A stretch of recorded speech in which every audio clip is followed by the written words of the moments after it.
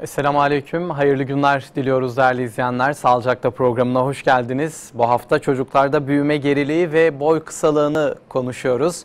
Konuğumuz çocuk endokrin uzmanı doçent doktor Avni Kaya. Sizler de sorularınızla bizlere eşlik edebilirsiniz. WhatsApp hattımız açık olacak, sorularınızı oradan alabileceğiz. Bir de canlı yayına katılıp da hocamıza direkt sorularınızı iletebilirsiniz değerli izleyenler. Tekrar hoş geldiniz diyelim ve sizler adına konuğumuzu da selamlayalım. Hoş geldiniz hoş hocam. Merhaba. Ayaklarınıza sağlık. Teşekkür ederiz. Merhaba. Doçent doktor Avni Kaya. Biraz tanıyalım sizleri, öyle başlayalım hocam.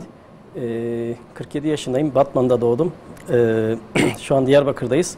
20 yıldır çocuk doktoruyum. 11 yıldır çocuk endokrin doktoruyum. 8 yıldır Diyarbakır'dayım.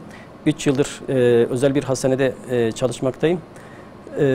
Diyarbakır tavsiye ederim açıkçası. Çok güzel bir yer. Bakalım artık hayatımız olarak Diyarbakır'da yaşamayı düşünüyoruz. Evet, çocuk endokrinde özel Güneydoğu'da sanırım tek. Evet, ilk klinik, tek klinik şu an diyebiliriz. Evet. Çocuk endokrin alanında özel olarak.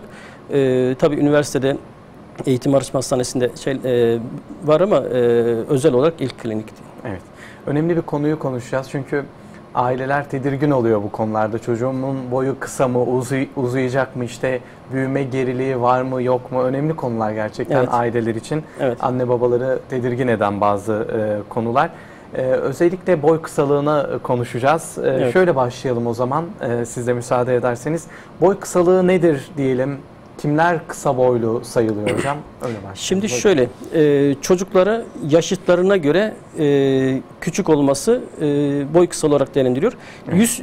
Aynı yaşta 100 çocuk alınıyor. 100 çocuktan boyları diziliyor. 3. çocuk 1, 2, 3, 1 ve 2. çocuk boy kısalı sayılıyor. 3 ile 97 arası normal sayılıyor. 97 ile 100 arasındaki çocukların da boyu uzun sayılıyor. Evet. Hani böyle bir sıralama yapılıyor. Buna göre hani biz bunları persentil diyoruz. Persentil tabloları şeklinde yapıyoruz. Bu 3 persentilin altındakilere kısa boylu diyoruz. Ama yine 10 persentilin altındakilerin de araştırılması gerekiyor. Hani ne olur ne olmaz. Bir de var. Anne babaya göre kısalık var. Hani anne baba uzun ama çocuk yine 10. persentilse yine sıkıntı var. Hani bunların araştırılması gerekiyor açıkçası. Evet. Yaşıtlarına göre kısalık olarak değerlendirebiliriz. Yani. Belli bir grafik ve çizelgesi var. Evet, evet. Ve bu çizelge ve grafiğe göre kim kısa boylu ortaya çıkarılıyor. Evet, bizim özellikle tablolarımız var. Şöyle göstereyim ben. Evet, persentil tabloları verecekti arkadaşlarımız. Sanırım hazırsa belki evet, ekranda daha iyi görebiliriz. Persentil tabloları. Biz tamamen bir çocuk bize geldiği zaman biz çocuğun yaşına göre değerlendiriyoruz ama tam olarak yaş değil. Yaş ve ayına göre değerlendiriyoruz. Bunlar aylık tablolar ve bu evet, tablolara göre karar veriyoruz. Çocuğun boyu normal mi, değil mi, kaçıncı persentil, ona göre karar veriyoruz. Tabii ilk geldiği anda değerlendiriyoruz. Bir de en az bir 6 ay takip süresince karar veriyoruz. Bu takip sonunda da çocuk normal uzuyorsa, şimdi ilk an çok önemli değil. 6. ayın sonundaki normal uzayıp uzamaması önemli. Her çocuğa bir tablo veriyoruz. Evet. Tüm Türkiye'de böyle yapılıyor. Her çocuğa geldiği zaman dosya tutuluyor, tablo veriliyor ve bu tablolara göre de uzayıp uzamadığı ona göre karar veriliyor. Aile hekimliklerinde yapılan rutin kontroller buna dahil değil mi hocam? Bunun gibi değerlendirebiliriz. Hani onlar biraz sayısal rakamlar üzerinden değerlendiriyorlar. İki türlü tablo var. Bir Dünya Sağlık Örgütü'nün tablosu var. Bir de Türkiye'de Neyzi, Olcay Neyzi'nin hazırladığı, İstanbul ekibinin hazırladığı tablolar var. Biz endokrinciler Olcay Neyzi'nin hazırladığı tablolara göre değerlendiriyoruz. Tüm ölçümlerimizi ona göre yapıyoruz.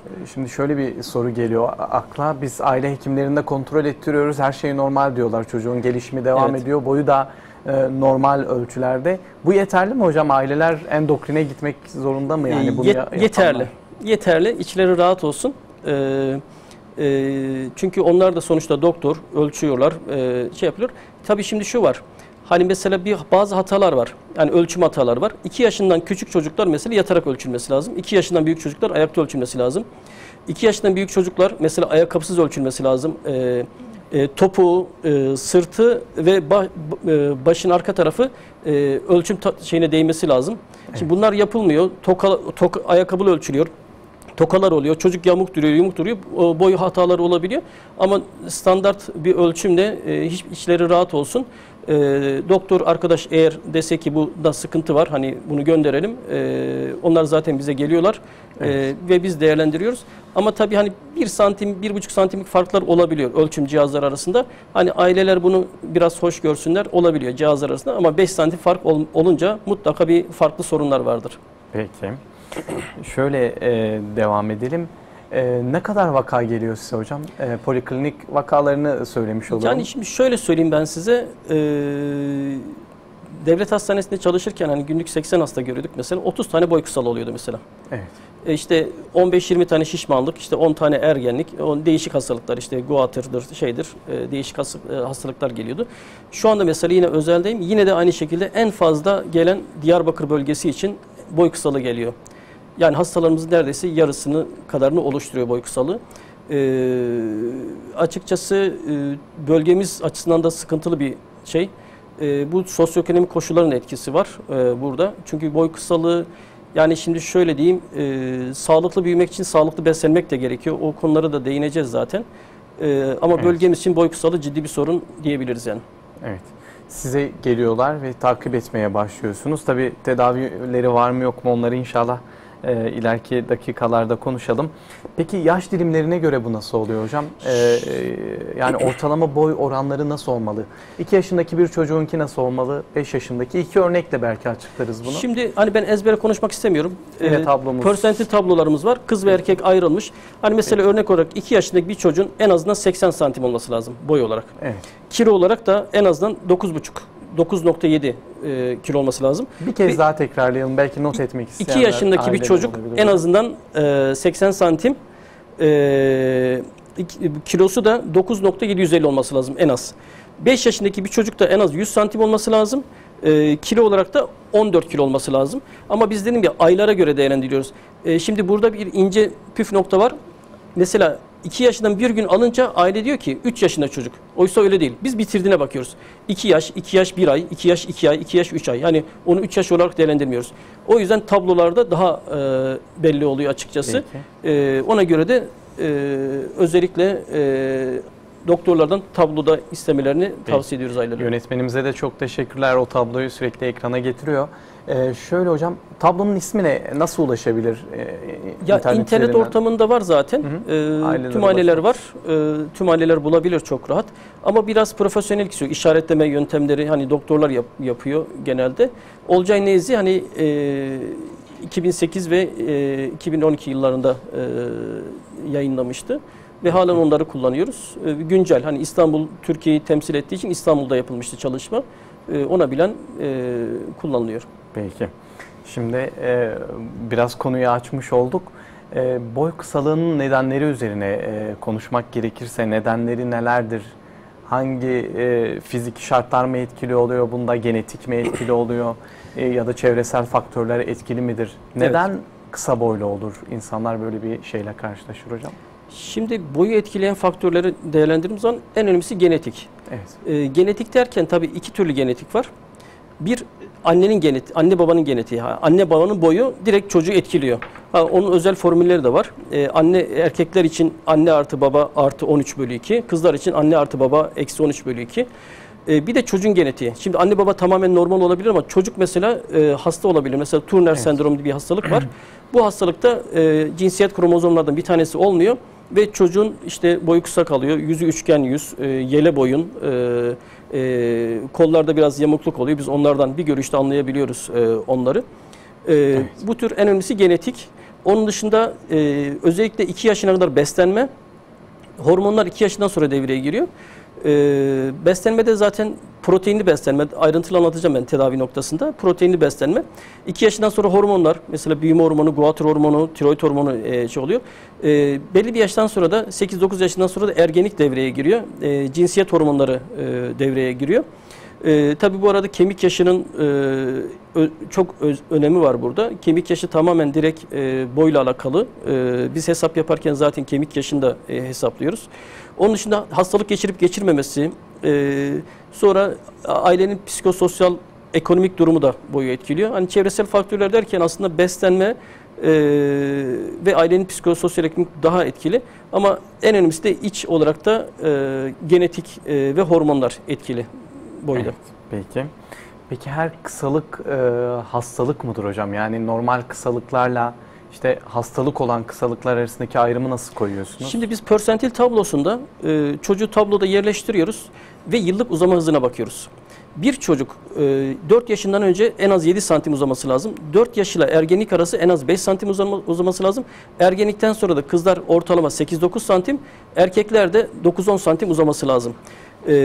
Türkiye koşullarında 1.52 en azından bir kız 1.52 olması lazım.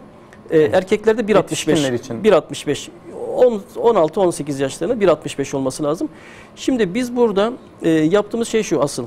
Bu persentil tablolarında normalin altında uzuyorsa ya da persentil kaybı varsa biz onları araştırıyoruz ve gerekirse büyüme hormonu tedavisi veriyoruz. Ama burada kilit nokta uzama hızı. Yani ilk geldiği andaki hızından ziyade uzama hızı. Çünkü ilk geldiği anda persentilleri mesela 50. persentilde olup zamanla persentil kaybı işte 25'e 10'a geldiği zaman da yine boy kısalığı olarak değerlendiriyoruz onu.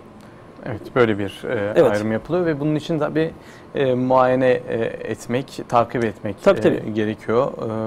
Peki, çok teşekkürler. Şimdi büyüme geriliği ile boy kısalığı arasındaki farkı sormak istiyorum. Yani böyle bir fark var mı yoksa aynı potada mı değerlendiriliyor? Yani gelişme biraz farklı. Yani büyüme vücudun kitlesel artışı, kilo olarak düşünün, hacim olarak düşünün. Ama gelişme biraz farklı. Gelişme fonksiyonel olarak düşün. Hani parmaklarımız büyüyor ama parmakların çalışması veya dilimiz büyüyor ama dilin konuşması o gelişme olarak değerlendiriyor. Gözün hacim olarak büyümesi büyüme ama gözün görmesi gelişme olarak değerlendiriyor. Yani büyüme ve gelişme biraz farklı tabii. Hani o şekilde ayrım yapılıyor. Büyüme geriliğini nasıl teşhis ediyorsunuz ya da hangi şikayetlerle gelmek lazım, hekimlere başvurmak lazım? Ya şimdi şöyle diyeyim, aile şüphelendiği zaman bize en sık geliş şikayetini söyleyeyim. Yaşıtlarından geri. Diyor ki arkadaşlarına bakıyorum sınıfta en küçüklerde, en küçük boylu olarak değerlendiriyor. Aile şüphelendiği zaman değerlendirmek lazım. Bir de hani bakın şöyle söyleyeyim, bir çocuk bir ergenlik öncesi bir de ergenlik döneminde mutlaka bir doktor tarafından değerlendirilmesi lazım. Hani ne kadar sağlıklı olsa da. Hani en azından genel bir muayeneyi hak ediyor. Özellikle ergenlik döneminde de hak ediyor. Çocuğun boyu normal olabilir ama farklı sıkıntılar olabilir. Genel bir muayene etmekte fayda var. Aileler şüphelendiği zaman da bence hiç beklemesinler, getirsinler. Ona göre değerlendirmeler yapılıyor. Zaten normal olduğu zaman çok bir şey yapılmıyor ama boyu persentil tablolarından 10 persentilin altıysa, hele 3'ün altındaysa büyüme testleri yapılıp gerekirse 6 ayın sonunda tedaviler verilebiliyor. Peki. Bir izleyenimiz şöyle bir soru sormuş hocam. Büyüme geriliği ya da boy kısalığından şüpheleniyorsak bunun yaşı kaç olmalı? Ne zamana kadar beklemeliyiz? Yoksa hemen başvurmak lazım mı yaşı kaç olursa olsun? Şimdi öncelikle yaşı kaç olursa olsun mutlaka bir başvuru yapmak lazım. Bu bir. Şimdi geç kalınma meseleleri var. Şunu söyleyeyim, kızlar ergenliğin başında boyatmaya başlar, erkekler ergenliğin ortasında boyatmaya başlar. Ergenlik başlama yaşı kızlar için 8-13 arası, erkekler için 9-14 arası. Şimdi tabii bunu beklememek lazım. Çünkü mesela bana geliyor, adetten 2 yıl sonra geliyor. Yani 1.45 adetten 2 yıl geçmiş, inanın yapacak bir şey kalmıyor. Yani bazı kişiler hani aileler diyor ki zaten ergenlik döneminde uzar. Doğru, %90-95'i uzuyor ama uzamayanlar da oluyor. En azından ergenlik döneminde bir kemik yaşı bakıp genel muayenesini yapıp çünkü biz dedim ya mesela bazı hastalıkları bir görüşte anlıyoruz. Ona göre tedavi seçeneklerini daha hızlandırabiliyoruz yani. İzleyenimizin sorusunu belki şöyle açmak lazım. Bazen çocuklarla ilgili yorum yaparız. Büyüklerimiz de senin çocukluğun da böyleydi. Yani sen de çok işte cılızdın, kısa boyluydun, sonradan geliştin. İşte evet o bir mesele var. Biz de aileler gelirken muayene ediyoruz. Mesela diyoruz ki ergenlikten sonra ergenliğe geç girip de sonradan uzayan var mı diyoruz. Ailede eğer buna benzer bir şeyler varsa doğrudur. O çocukta da olabilir. Ama işte biz orada ince bir ayrıntı var. Kemik yaşına bakıp karar veriyoruz. Evet. Yani kemik yaşın bu tür kişilerde biraz geri oluyor. Çünkü kemik yaşı fiziksel yaşı gösteriyor. Hani az önce 8-13 dedim ya kızlar için mesela örnek olarak. İşte o fiziksel yaş tamamlanınca ergenlik başlıyor. Sadece takvim yaşı olarak düşünmemek lazım yani. O açıdan da öncelikle şüphelendikleri zaman getirsinler.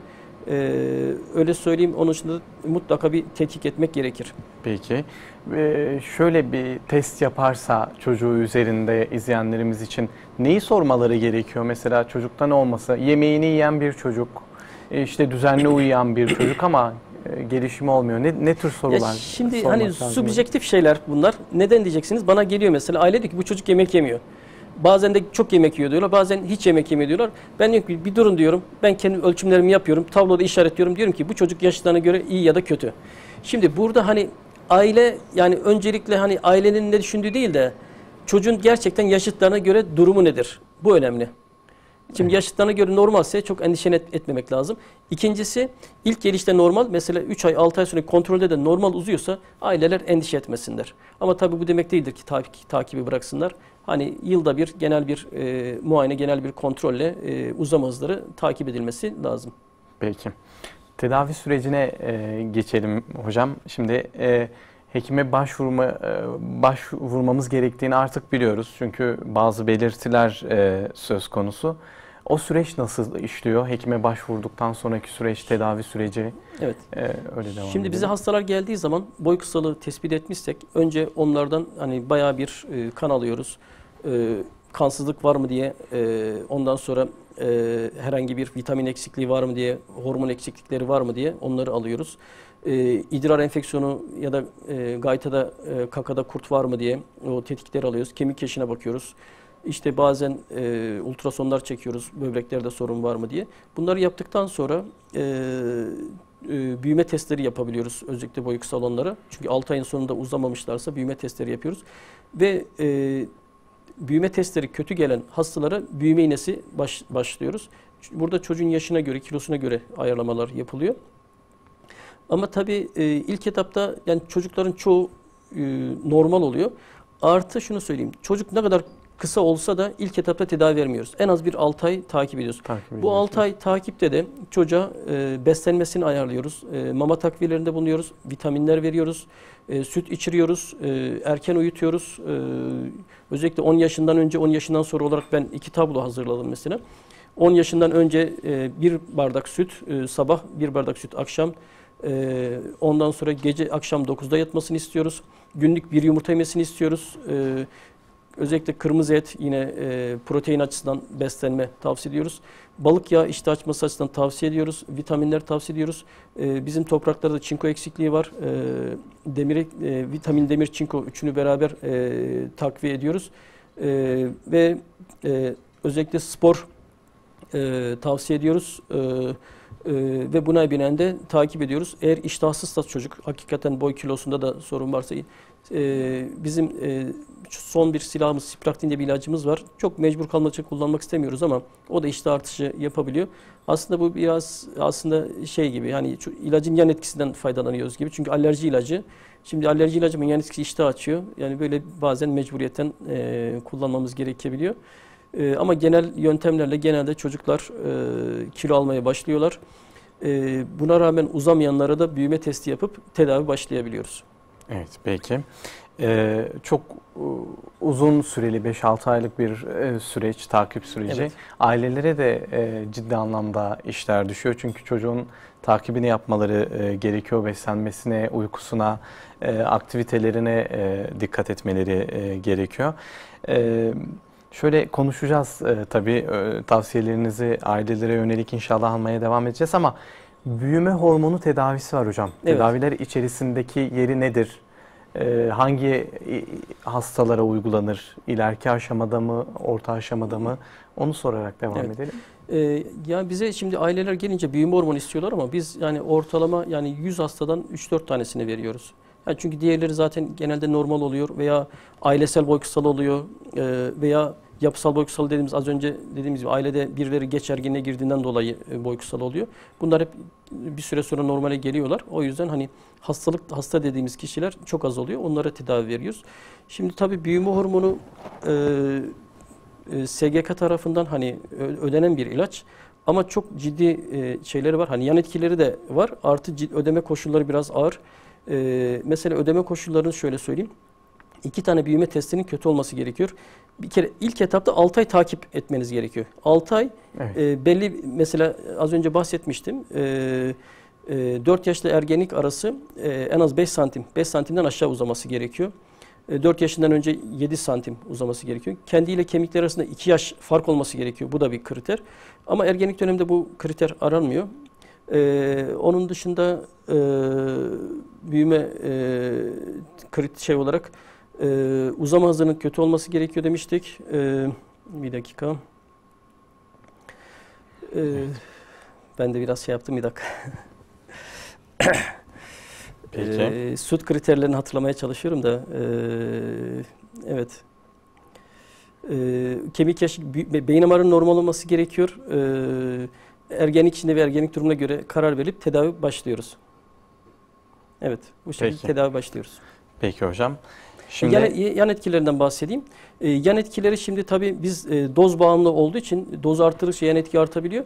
Biz çocuklarda kan seviyesine göre 2-3 aylık kontroller halinde kan seviyesi yapıyoruz. Ve buna göre yan etki görmeyelim diye ilacın dozajını ayarlıyoruz.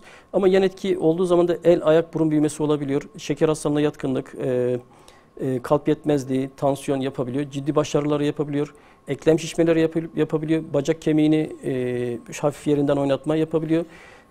Büyüme hormonu tabii bir tümör oluşturduğuna dair şeyler var ama bilimsel ispatlı bir şey yok. Büyüme hormonu tümör oluşturmuyor ama var olan bir tümörü büyütebiliyor. Yani o açıdan özellikle beyin MR, hipofiz MR, beyin MR çektiriyoruz tedavi vermeden önce. Ona bilen de gidişata göre takiplerde 2-3 aylık kontroller halinde de ilaç dozu fazla gelmesin diye doz ayarlaması yapıyoruz. evet. Ama sanırım kullandığınız en son yöntemlerden Tabii, bir tanesi zorlu. aslında en son yöntem değil. En son yöntem aslında ameliyat. Evet. Öyle söyleyeyim. Çünkü Peki. bazı hastalar da oluyor. Büyüme hormonu cevap da vermiyorlar. Artık şartlar mesela kemikleri kapanmış onun. Çünkü büyüme hormonu kemikler kızlar için 14 yaş, erkekler için 16 yaştan sonra kullanılmıyor.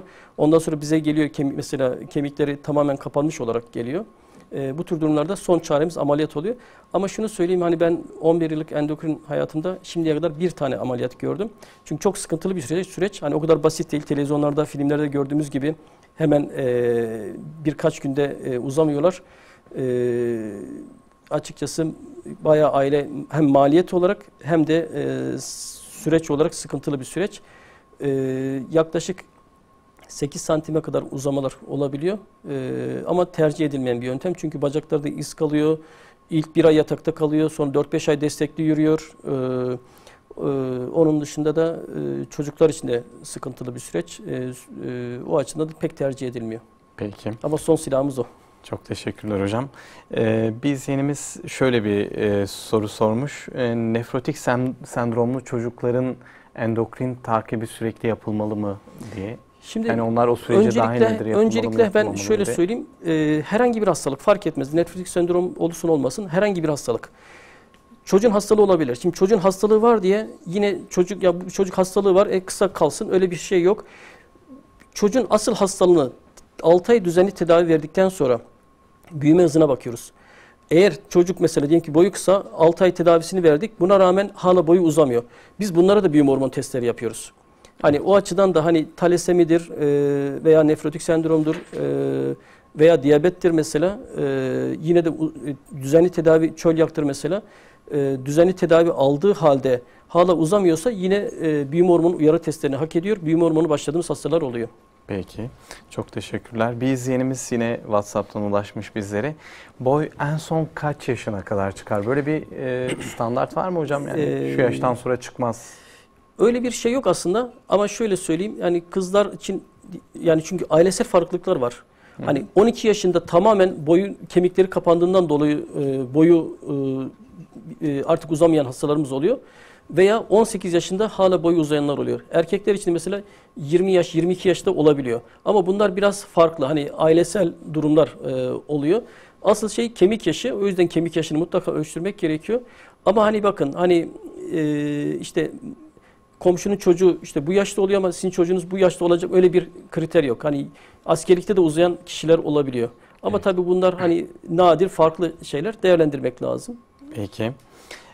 Şöyle bir sorumuz var. İzleyenimiz göndermiş. Gerçi aktiviteler içerisinde bunu sormak lazım. Basketbol oynamak boyu uzatır mı diye. Birazdan onu sorayım hocam ama çocuk bir sonraki soruya geçmiş oldum. Çocuk hareketliyse kilo ve boy kısalığına etki eder mi?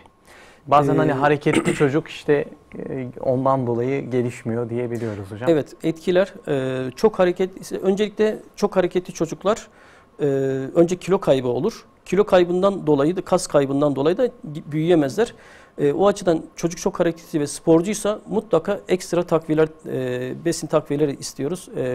Ya ben hastalarıma, özellikle sporculara diyorum ki her yarım saatte bir çikolata yiyin. Çünkü çikolata yaksınlar. Kendi kaslarını yakmasınlar. Hani bu kişilerin normal kişilerden daha fazla beslenmesi gerekiyor. Yani %20, %30 daha fazla beslenecek, artı çikolata yiyecek. Yoksa çünkü yaktığıyla şeyi karşılamıyor. Önce kilo kaybı gelişiyor, sonra da boy kısalığı gelişebiliyor. Buradan hemen basketboldan önce futbola değinmek istiyorum.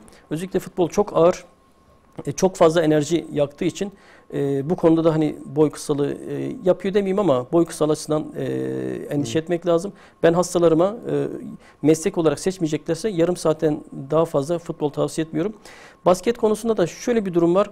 Şimdi bakın genelde uzun boylar basketi seçtiği için biz de psikolojikman sanki basket uzatıyor algılıyoruz. Evet. Tamam, zıplama biraz etki ediyor ama ip atlamada, jimnastik de onlar da etki ediyor. Yani sadece baskete odaklanmasınlar. Sporun her çeşidi, hareketin her çeşidi ama bunun da fazlası zarar veriyor. Ona dikkat etmek gerekiyor. O açıdan da beslenmelerin düzenlenmesi gerekiyor. Peki, çok teşekkürler. Bir izleyenimiz, benim kızım 10 yaşında, boyu 1.34. Boyu yaşına göre uygun mudur acaba diye Şimdi bakın, ben ezbere konuşmayacağım. Direkt tablolara bakacağım. Tamam. 10 yaş 1.34 gayet güzel. 25 ile 50. persentil arası gayet güzel. Sıkıntı yok. Kilo için bir şey söylemiş Yok, miydi? hayır. Tamam, boyu gayet güzel. 25-50 persentil arası gayet iyi. Tabii şimdi bunu değerlendirirken bakın, basitçe güzel dedik. Ama anne baba boyunu bilmek gerekiyor. Bir de ergenliğini bilmek gerekiyor. Şimdi evet. 10 yaşında diyelim ki adet görmüş. Şimdi güzel değil. Ama 10 yaşında ergenlik daha başlamamış. Çok güzel. Daha da uzayacağı manasına geliyor. Yani kızlar bahsetmiştim. 25-30 santim uzuyorlar. 20-25 santim, erkekler 25-30 santim uzuyorlar. O yüzden değerlendirirken hani basitçe boy değil de işte kemik yaşı, ergenliği, kilosu, yani anne baba boyu, bunları da değerlendirmek lazım. Hani bunlar bir bütün. Hani özellikle vurgulayayım çünkü hani sadece boyu şu kadar, yaşı bu kadar olmuyor. Gerçekten olmuyor. Peki. Çünkü bundan sonraki aşamalar da var. Ne olacağını. Evet, tabii ergenliğin derecesi önemli. Bir de hani az önce bahsettiğim 10 yaş dedik mesela. Şimdi 10 yaş 1 ayla 10 yaş 11 ay yine fark ediyor. O açıdan tamamen tablolara, kişiye özel tablolara göre değerlendirmek lazım. Peki. Bir izleyenimiz, boyu uzatan sporlarla ilgili hocamız bilgi ve tavsiye verebilir mi demiş. Ya sporun her çeşidini tavsiye ediyoruz. Ben özellikle yüzme ve karate tavsiye ediyorum. Basketbolda tabii. Jimnastik, ip atlama, zıplama, sporun her çeşidi. Sadece futbola dikkat etsinler diyorum. Çok fazla çünkü enerji yakıyor. Onun dışında her türlü spor olur. Aktif, sportif bir yaşam, boy uzunluğu açısından da, psikolojik gelişim açısından da, şişmanlamayı engelleme açısından da tabii ki tavsiye ediyoruz. Seçim yapmadan en az günde 1 saat çocuklara tavsiye ediyoruz. 1 saat Peki. olarak.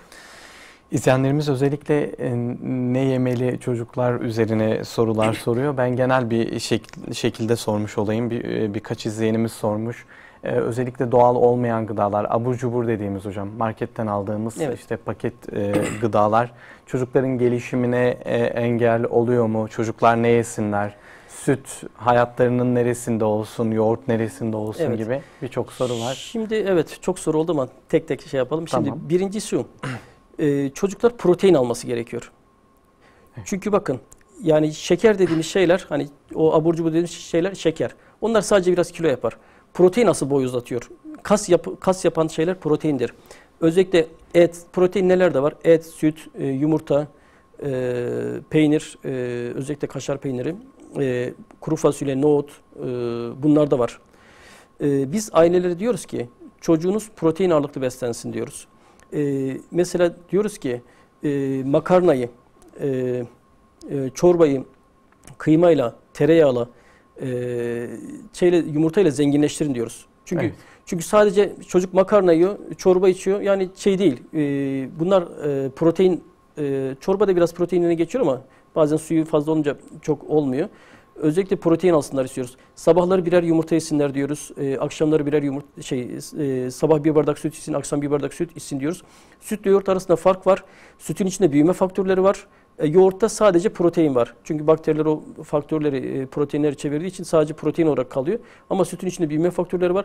Tabii pastörize ediliyor ama yine bir miktar kalıyor, etkiliyor. Özellikle süt kanıtlanmış şekilde boy uzamasına katkıda bulunuyor. Evet, yani protein ağırlıklı çocukları Tabii. O beslemek lazım. abur cubur şeylerde bakın şöyle bir şey. Ya çocuktur yiyebilir. Ama dikkat etmeleri gereken şey yemekten sonra versinler bunu. Evet. Yemekten önce verince bu çocuk doyuyor. Asıl protein alamıyor. Evet. Ona dikkat etmeleri gerekir. Onun dışında da yani yemekten sonra çok rahat arada bir verebilirler. Peki. Çok teşekkürler hocam. Yine tabloluk bir sorumuz var. Bir izleyenimiz 22 yaşındayım demiş. Boyum 1.50. Bu yaştan sonra boyum uzar Kız mı? erkek. Bayan. Bayan. Sanırım bayan. Ya 1.50 kısa. Çünkü Türkiye'de en 1.52 ama 22 yaş için yapılacak bir şey yok ameliyat dışında. Burada da ameliyatın tabii komplikasyonları var, yan etkileri var, riski var. Eğer bu riski alıyorsa ameliyat olur. Onun dışında da bakın hani şimdi biz böyle konuştuk ama belki o izleyenimizin fotoğrafını görsek belki de hani bir Turner sendromu, bir Noonan sendromu böyle boy kısalığı yapan sendromlar var. Belki onları şey yapıp tanı da koyulabilir. Hani yine bir endokrin doktoruna görüşüp ameliyat da düşünüyorsa hani çünkü bundan sonra hani ilaçla, sütle, büyüme hormonuyla artık olacak yaşta değil. Ama ameliyat seçeneğini eğer etkileyebilir. Çünkü boy biraz da kişinin psikolojisini de etkiliyor.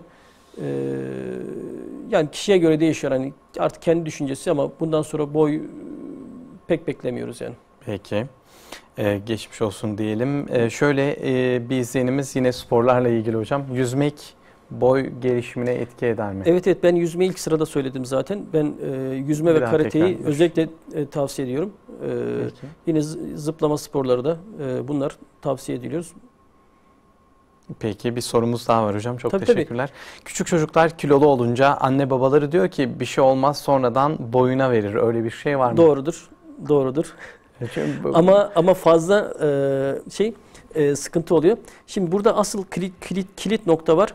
Çocuğun kilo alınca boyun da uzaması lazım. Çünkü kilolu çocuklarda insülin fazla, insülin büyüme hormonu benzer etki gösteriyor ve boyu uzatıyor. Biz şişman olup da boyu kısa olan çocuklardan korkuyoruz. Bunlar çünkü genelde genetik sendromlar oluyor. Ama normal şişmanlık evet doğru boy uzunluğu yapıyor. Evet, onu ayırmak lazım yani. Tabii. Yine aile şüphe ediyorsa bir uzman tarafından değerlendirmesinde fayda var. Bu konuda doğru bildiğimiz bir çok yanlış var ya da yanlış bildiğimiz bir çok doğru var. Bu da en ilginçlerindendir. İşte kilosu bir şey olmaz boyuna verecek gibi bir şekilde aileler bazen hareket edebiliyor. O ayrımını yapmak lazım sadece. Evet ayrımını yapmak lazım. Peki. Çok teşekkürler. Bir de her şeyin fazlası zarar. Hani şimdi aile seviniyor belki kilo aldı boyunu uzatacak. Bazen öyle olmuyor. Çocuk bu sefer midesi daha fazla şişiyor, daha fazla yedikçe midesi şişiyor. Bu sefer şişmanlık ortaya çıkıyor.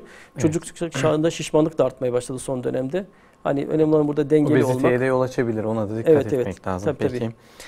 Bir izleyenimiz ben 22 yaşındayım. Boyum tam ama çok zayıfım. Kilo almak için ne yapabilirim demiş. Şimdi öncelikle bir tetkik etmek lazım. Neden diyeceksiniz? Hani hastalık olabilir. Tetkik ettikten sonra hastalık yoksa burada beslenmesini artırması gerekiyor. Çünkü metabolizması hızlı insanlar var. Yani şimdi ne kadar yerse kilo yapmayan insanlar var.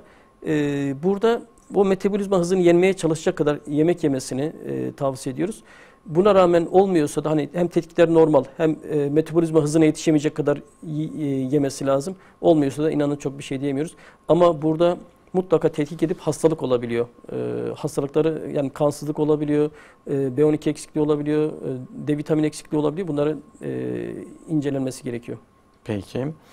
Bir izleyenimiz uykunun çocuk gelişimindeki etkisi üzerine hocamız tavsiyeler verebilir mi? Boy üzerinde etkisi var mı? Çocuk ne kadar uyumalı? Hangi saatler arasında uyumalı diye sormuş hocam. atalarımız hani uyusun da büyüsün diyorlar. Evet, doğru söylüyorlar. Biz de özellikle 10 yaşından küçük çocukların saat 9'da, 10 yaşından büyüklerin çocukların da saat 10'da uyumasını tercih ediyoruz. Yani önemli olan uyuma saatidir.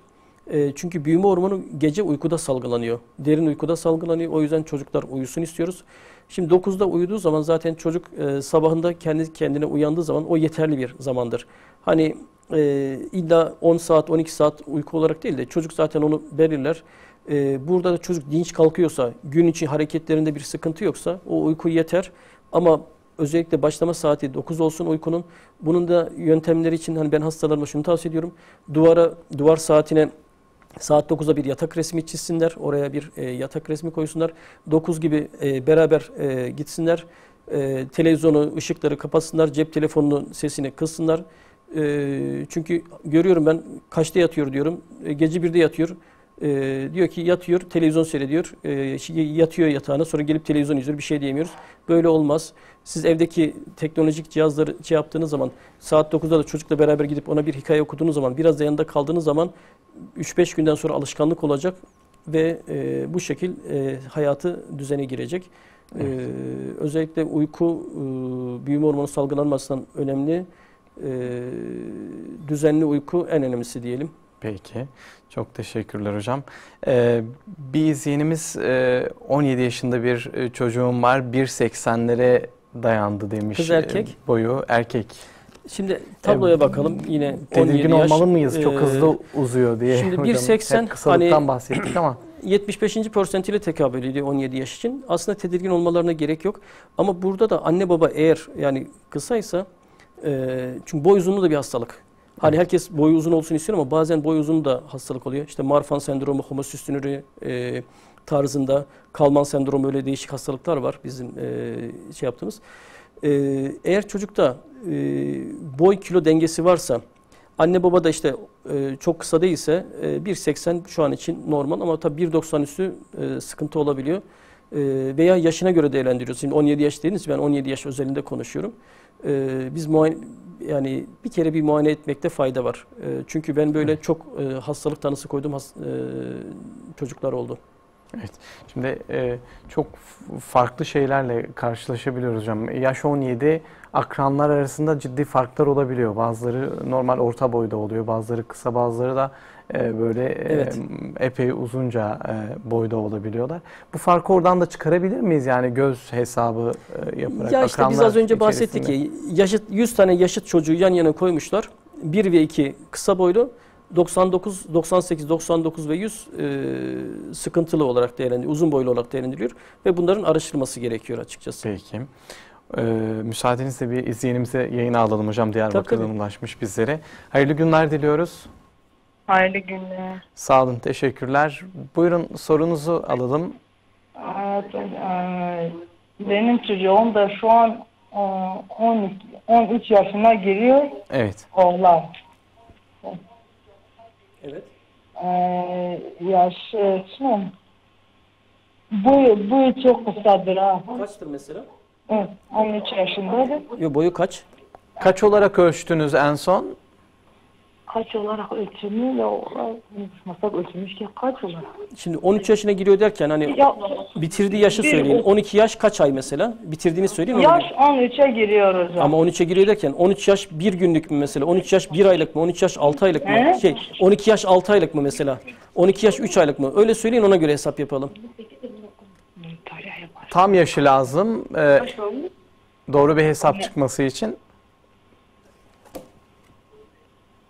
Hocam söyleyeyim, beni bekliyorsun. Evet. Ya da 13 yaş kabul ediyorum ben. 13 yaş için 1.42,5'un altıysa eğer kısa boylu diyebiliriz. Hani öyle söyleyeyim ben. Evet. Alo hocam. Peki başka sorunuz var mı? 13 yaş kardeşim 13 yaşındadır. Hani boyu bayağı bir kısadır, hani görenler bazıları hani özürlü sanıyorlar, hani diyorlar acaba bir özürlülük falan var mı? Hani yoksa aklı, her şeyi gayet yerindedir, gayet çalışkandır, her şeyi iyi bilen, hani öyle biridir. Herhangi bir kontrol yaptırdınız mı bugüne kadar? Evet götürdük tabii, hani birçok kez götürdük, hani mamalardan vermişlerdi o zaman. Geçen sene götürdük, mesela bu kaç ay öncesine götürdük, daha öncelerinde götürmüştük. Hani hep böyle mama falan veriyorlardı. Hani Peki. biz iğne falan aslında düşünmüştük. Bizi iğne için hani erkendir, bir çocuk olduğu için, ergenliğe girmediği için iğne erkendir dediler. Peki. O Tamam. şekilde Sorunuz yani. var mı hocam? İşte burada hani yapısal boy kısalığı olabilir. Ergenliğe geç girdiğinde dolayı sonradan uzayacaktır. Arkadaşlar o yüzden hani değerlendirmişlerdir. Burada hani çocuğun uzama hızı önemli. Ne olursa olsun çocuk en az 5 santim uzaması lazım yıllık. Şimdi eğer bu şartları sağlıyorsa ve persenti tablolarına göre kısa da olsa paralel uzuyorsa yani bu takip dışında inanın elimizden bir şey gelmiyor. Evet. Ama dediğim gibi eğer uzama hızı kötüleşmişse büyüme testleri yapılıp tedavi başlanabiliyor. Peki. Yani o açıdan da eski takiplerle Peki. araya zaman girmişse tekrar bir kontrol etmekte fayda var. Peki çok geçmiş olsun. Takibe devam edeceksiniz inşallah. Allah'a emanet olun. Hayırlı günler diliyoruz sizlere. Şöyle WhatsApp'tan bir sorumuz var hocam. Onunla devam edelim.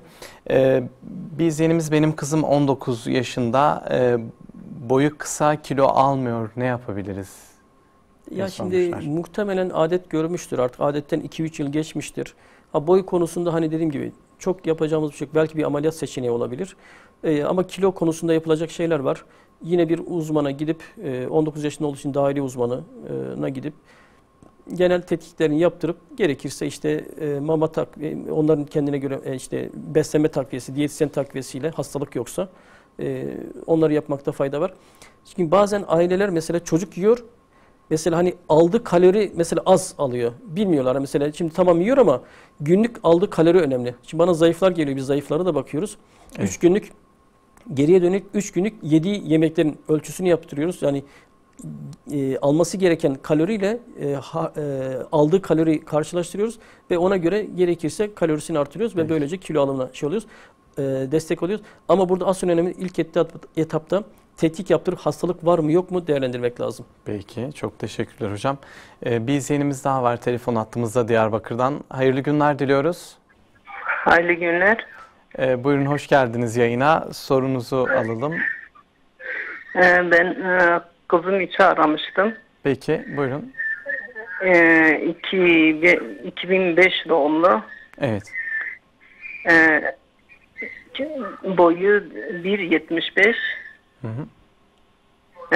Hani kendi arkadaşların içinde ben boyum uzun diyor ve biraz yani zayıf değil de kilosu da 65 falan. Evet. Yemek hani mesela ne yemesi gerekiyor? Kilo almak istiyor. Peki. Biz hocamıza soralım inşallah başka sorunuz yoksa değerlendirelim, bizi takibe devam edin. Hayırlı Tamam. günler diliyoruz sizlere. Allah'a emanet olun. Evet. Şimdi bak soruyu anladık evet, zaten değil mi hocam? Şimdi Üzerine 17 yaşındaki konuşabiliriz. çocuk için evet 1.75 biraz uzun. Hani en fazla olacağı 1.73. İşte 1.75 hani muhtemelen bu az önce bahsettik 100. kişi. Biraz uzun. İşte anne babaya göre eğer böyle bu boyda olması gerekmiyorsa bir araştırması gerekir hastalık aslında. Kilo olarak da şöyle bir 10 kilo kadar eksiği var. Orada da biraz yediklerini artırmak gerekiyor. Protein ağırlıklı beslenme, diyet miktarını artırmak gerekiyor. 17 yaşına yine mama verilebiliyor. Mama takviyesi almasında fayda var ama yine aynı şeye geleceğim. Yine tetkik yaptırıp hastalık var mı yok mu diye bakmak lazım.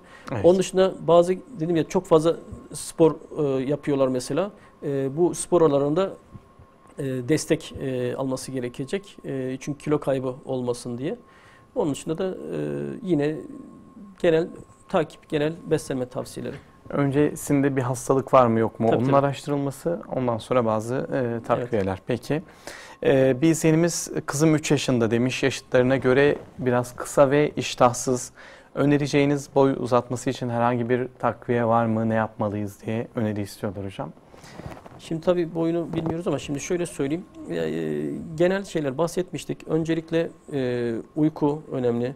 Süt, yumurta, peynir, kırmızı et bunlar önemli. Onun dışında da çocuk zaten küçük olduğu için hareketli olur. Sıkıntı değil. Vitaminler tavsiye ediyoruz iştah açması için. Özel vitaminler var, devletin ödediği vitaminler var.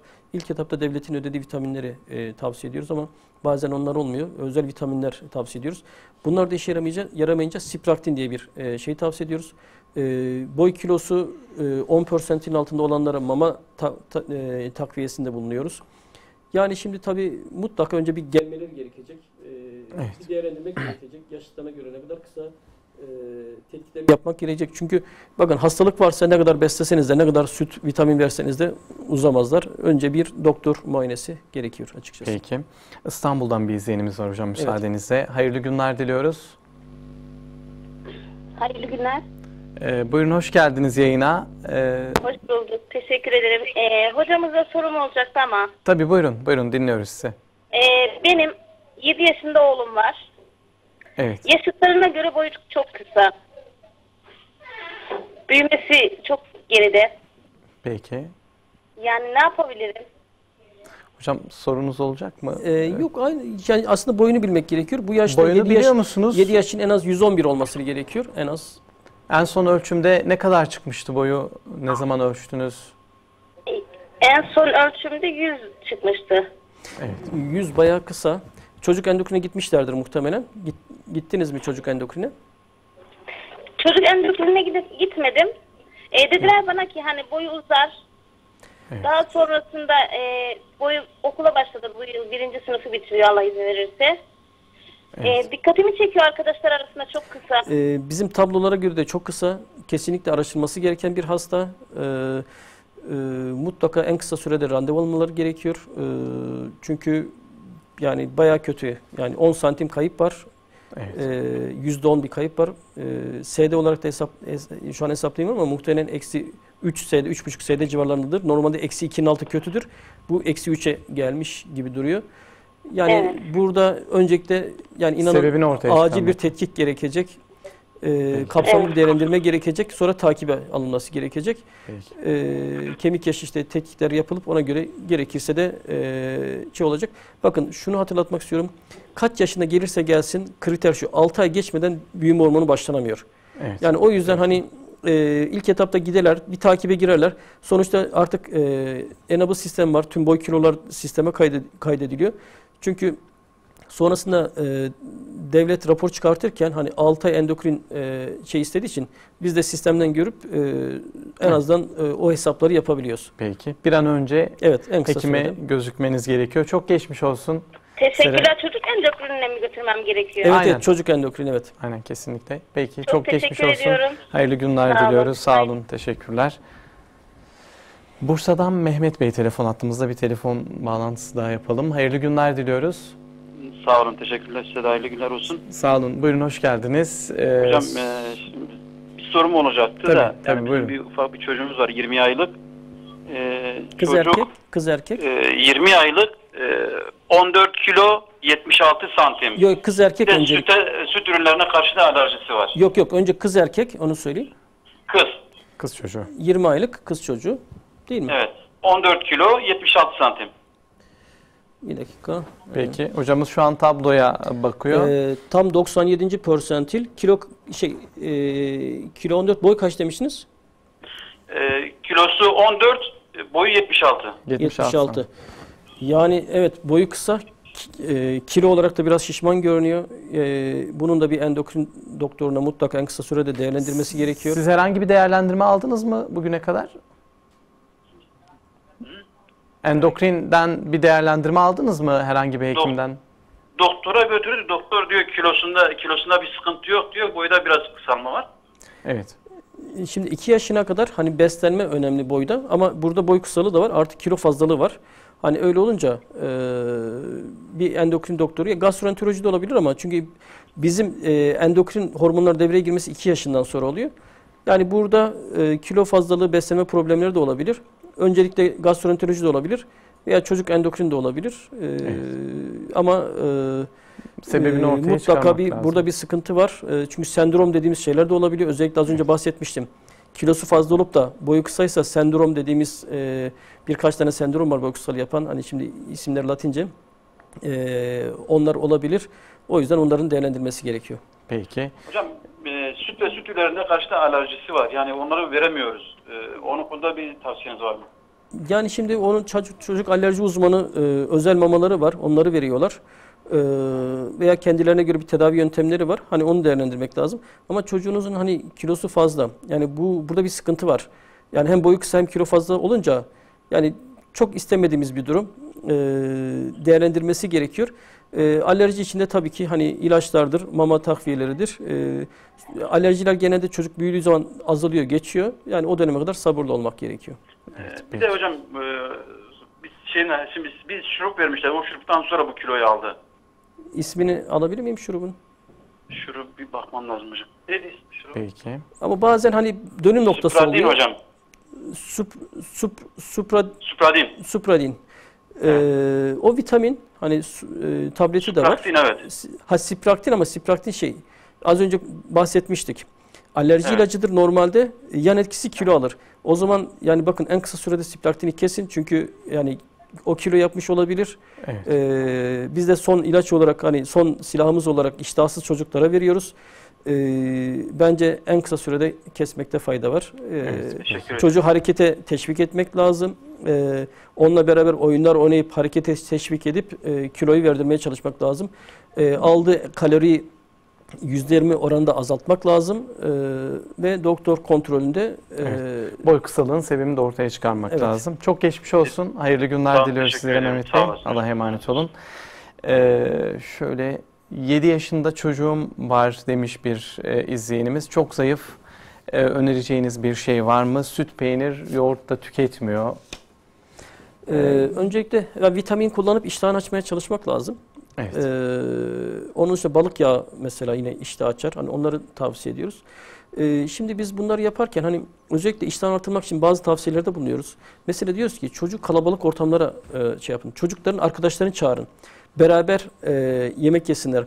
Diyoruz ki çocuğa ne yemek yapılacağını sorun. Beraber alışverişe gidin. Ondan sonra yemeği evde yapın. Evde yapın derken çocukla beraber yapın manasında. Yemeği beraber yapın. Sonra yaptığınız yemeği dışarı götürün. Çocuk pikniği şeklinde dışarıda yiyin. Açık hava iştah açıyor. Bunları yapın. Çocuğun mutlaka sevdiği şeyler vardır. Sevmediği şeyleri blenderdan geçirin. Azar azar koyun. Bunu 7-8 defa yaptıktan sonra yavaş yavaş verebilirsiniz. Çünkü beyin o tada alışması için zaman gerekiyor. Bunlar iştah açmak için tavsiyeler. Hani bunları uygulamalar lazım. Peki. Özellikle hani bu yöntemler için biz ailelere listeler veriyoruz. Bu listeler Instagram'dan ya da bana ulaşan hastalara ben gönderiyorum. İştah açmak için. Peki hocam. Kısa bir mola verelim mi? Kısa bir dinlendirelim sizleri.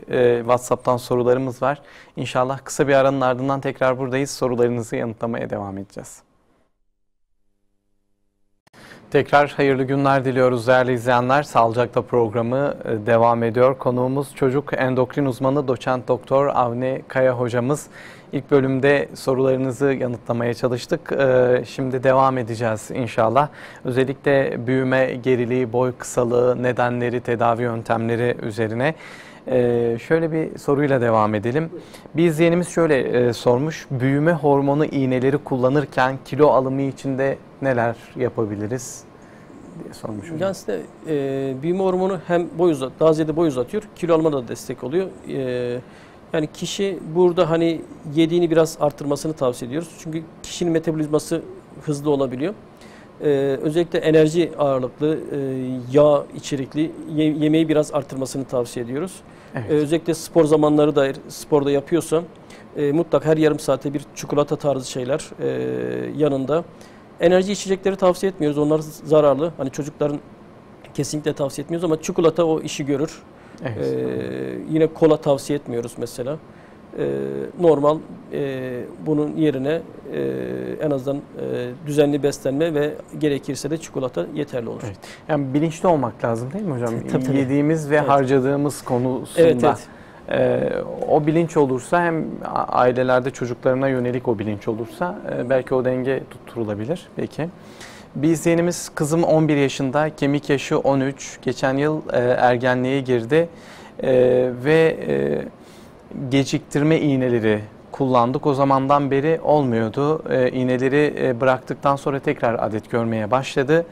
36-37 gündür daha görmedi tekrar iğnelere başladıktan sonra. Herhangi bir çocuk doktoruna veya başka bir çocuk uzmanına görünmemiz gerekiyor mu? Ne tavsiye edersiniz demiş hocam. Şimdi ergenlik iğneleri resmi olarak 11 yaşına kadar kullanılıyor. Bir de kemikler 12,5 oluncaya kadar maksimum 13 ona göre kullanılıyor. Ondan sonra kesiliyor. Ergenlik iğnesini keser kesmez adet görülmüyor. Ya 6 yılla 1 yıl sonra adet görüyor. İzleyenimizden muhtemelen oradan anlattıklarına göre normal. Adet görmeye başlayan çocuklar da ilk 1 yıl düzensiz olabiliyor. Hani o yüzden şu an için bir sıkıntı görünmüyor. Yani ilk zamanlar, ilk 1 yıl adet düzensiz, erken ya da geç, az ya da çok olabiliyor. Endişe etmelerine gerek yok. Biraz daha kendileri takip etmesinde fayda var. Peki, çok teşekkürler hocam. Bir izlenimiz, büyük oğlum 14 yaşında, 1.86 santim. Evet. Şöyle 14 yaş 7 aylık, 1.86 santim, 98 kilo. Ama 100 üstüne çıktığı da oluyor. Evet. Küçük oğlum, geçmeyelim ona hocam. Önce 14 yaş 7 aylık. Yani 1.86. hem boyu çok uzun hem kilosu çok fazla. Yani bunun bir endokrin değerlendirmesi gerekiyor. Evet. Yani Normal şimdi değil bu değerler. normal değil. Hastalık değilse muhtemelen şişmanlığa bağlı boy uzun olarak değerlendirebiliriz. Ama tabii şimdi görmeden, muayene etmeden, tetkik etmeden direkt bir şey söylemek de uygun değil. Açıkçası en kısa sürede endokrin doktoruna, bir de şunu hatırlatayım, endokrin doktoruna giderken hastaların yani sabah ve aç karnı tercih ediyoruz. Çünkü biz hormonlara bakıyoruz. Hormonların ideal alınma saati sabahlarıdır. Şimdi öğleden sonra geliyorlar, gün kaybı oluyor. Hani hastalar için özellikle tekrar randevu alma, tekrar ulaşma için gün kaybı oluyor. Sabah ve aç karnına özellikle endokrin doktorlar için özellikle tavsiye ediyoruz. Peki. Diğer küçük oğlum demiş izleyenimiz, 4 yaş 7 aylık ve 103 santim. 16.400 kilogram olarak 10. 16,5 kilogram. persentil boy olarak 10. persentil. Hani benim kriterim 10 persentilin altını araştırma açıkçası. Hani muhtemelen normaldir ama yani yine götürmekte fayda var. Çünkü mesela evde ölçümle doktorun ölçümü farklı oluyor. Biz milimetrik hesaplar yapıyoruz. O açıdan hani evde 103, bizde 101 olabiliyor. Hani o açıdan bir muayene iyi olurdu. Peki hiç iştahı yok demiş küçük olduğu için hocam. Aynı zamanda bazen hiçbir şey yemiyor. Ne yapmak lazım? Ama boyuna göre kilosu iyiydi. Yine iştah artırıcı tavsiyelerimiz vardı az önce. Vitamin, balık yağı, onları kullanabilirler. Peki.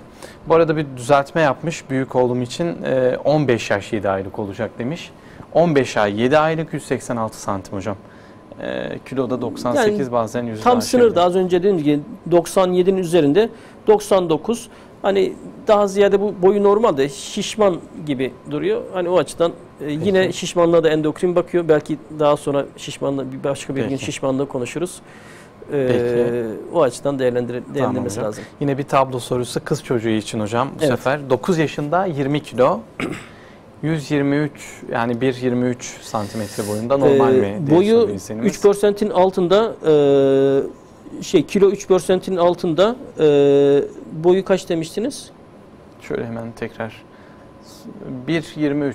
1.23 de 3 ile 10 arasında kilo azlığı var. Yani boyu normal gibi. Ama bakın şimdi burada yine ince bir ayrıntı var. Tamam, persentil tablosuna göre altlarda normal ama anne babaya göre durum nasıl? Şimdi anne babaya göre eğer bu çocuk yani belki standarda göre normal olabilir ama anne babaya göre kısa kalmış olabilir. Hani o açıdan bir de 10 persentin altı yine. Yani mutlaka bir değerlendirmesinde fayda var. Tabii anne babanın ölçümü, kemik yaşı, yani kan değerleri, ona göre bunların sonuna göre değerlendirmek lazım.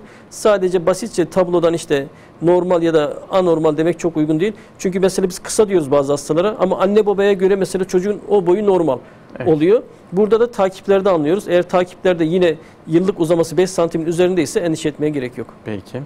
Yine bir izleyenimiz, kızım 10 yaşında, kilosu 26, boyu 1.34. Jimnastik yapıyor, takla atıyor. Boy uygun mudur?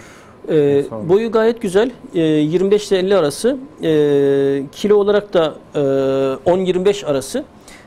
Boyuna göre kilosu biraz az. Hani biraz enerji takviyesi iyi olurdu. Peki. Bir izleyenimiz, torunum için soruyorum demiş. Kız çocuğu 2 yaşında, 85 santim. Bu boy normal midir? Evet, 25. persentil normal. Evet, normal bir boy. Peki. Çok teşekkürler hocam. İzleyenlerimiz tabii soruları gelmeye devam ediyor ama yayınımızın da artık yavaş yavaş sonuna geliyoruz. Toparlamamız gerekiyor hocam. Şöyle toparlayalım. Gerçi çok ifade ettiniz, çok değindiniz ama Boy uzamasında etkili olabilecek yiyecekler, aktiviteler ya da ailelerin dikkat etmesi gereken gelişim boy konusunda nelere dikkat etmeleri gerekiyor? Yine kısa bir özet alalım, tavsiyelerinizi alalım bu konuda, öyle kapatalım hocam. Buyurun. Evet. Yani önce uykudan başlayalım. Tamam. Önce çocuklar için akşam 9-10 arası uyku. Sonra çocuklar zaten genelde çoğu hareketli oluyor ama Gündüz uykusunu da ekleyelim mi hocam? küçükler için soru geldi ekleyebiliriz. hemen Küçükler öyle. için ekleyebiliriz. Büyükler çok şart değil. Hani mesela Kaç yaşa kadar? Yani 6 yaşından önce iyi olurdu. Peki. Ama 6 yaşından sonra çok fark etmiyor. Süt önerebiliriz. Sabah akşam, gece yatmadan önce sabah şey yapabiliriz. Zaten çocuklar hareketlidir. Hani spor demeye gerek yok. Hareketlidir. Protein ağırlıklı beslenme, et, süt, yumurta, peynir, kuru fasulye, nohut, onlar. Onun dışında hani makarna, pilav, onları, çorbaları zenginleştirerek şey yapıyoruz. İştahları asla iştah arttırıcı vitaminler, balık yağları tavsiye ediyoruz. Yedikleri asla bir diyetisyene gidip yediği miktarı arttırmak lazım. Çünkü aileler bazen hani doğru bilinen yanlışlar tarzı, tamam çocuk mesela veriyor, mesela sadece zebze veriyor. Şimdi zebze enerji içermiyor mesela. Yani o dengeyi sağlamak lazım. Normal bir beslenme %55 karbonhidrat, %30-35 protein, %10-15 yağ olacak şekilde dengeli beslenme gerekiyor. Sağlıklı büyümek için bunların hepsinden almak gerekiyor. Sadece bir tanesini alınca olmuyor. Peki. Peki hocam, şekilde. çok teşekkür ediyoruz. Önemli teşekkür tavsiyelerle bitiriyoruz. Çocuk endokrin uzmanı doçent doktor Avni Kaya. Çok memnun olduk hocam. Biz teşekkür Ekibimiz ederiz. adına, izleyenlerimiz adına çok teşekkür ediyoruz sizlere. Ayaklarınıza sağlık. İyi çalışmalar. İnşallah başka bir zamanda yine bekleriz diyelim. Çok teşekkürler. Değerli izleyenler, bugün çocuklarda büyüme geriliği ve boy kısalığını konuştuk. Konuğumuza tekrar teşekkür ediyoruz sizler adına da. Kapatıyoruz Sağlıcakla programını bu hafta içinde. Tekrar görüşmek üzere diyelim. Hoşça kalın. Allah'a emanet olun.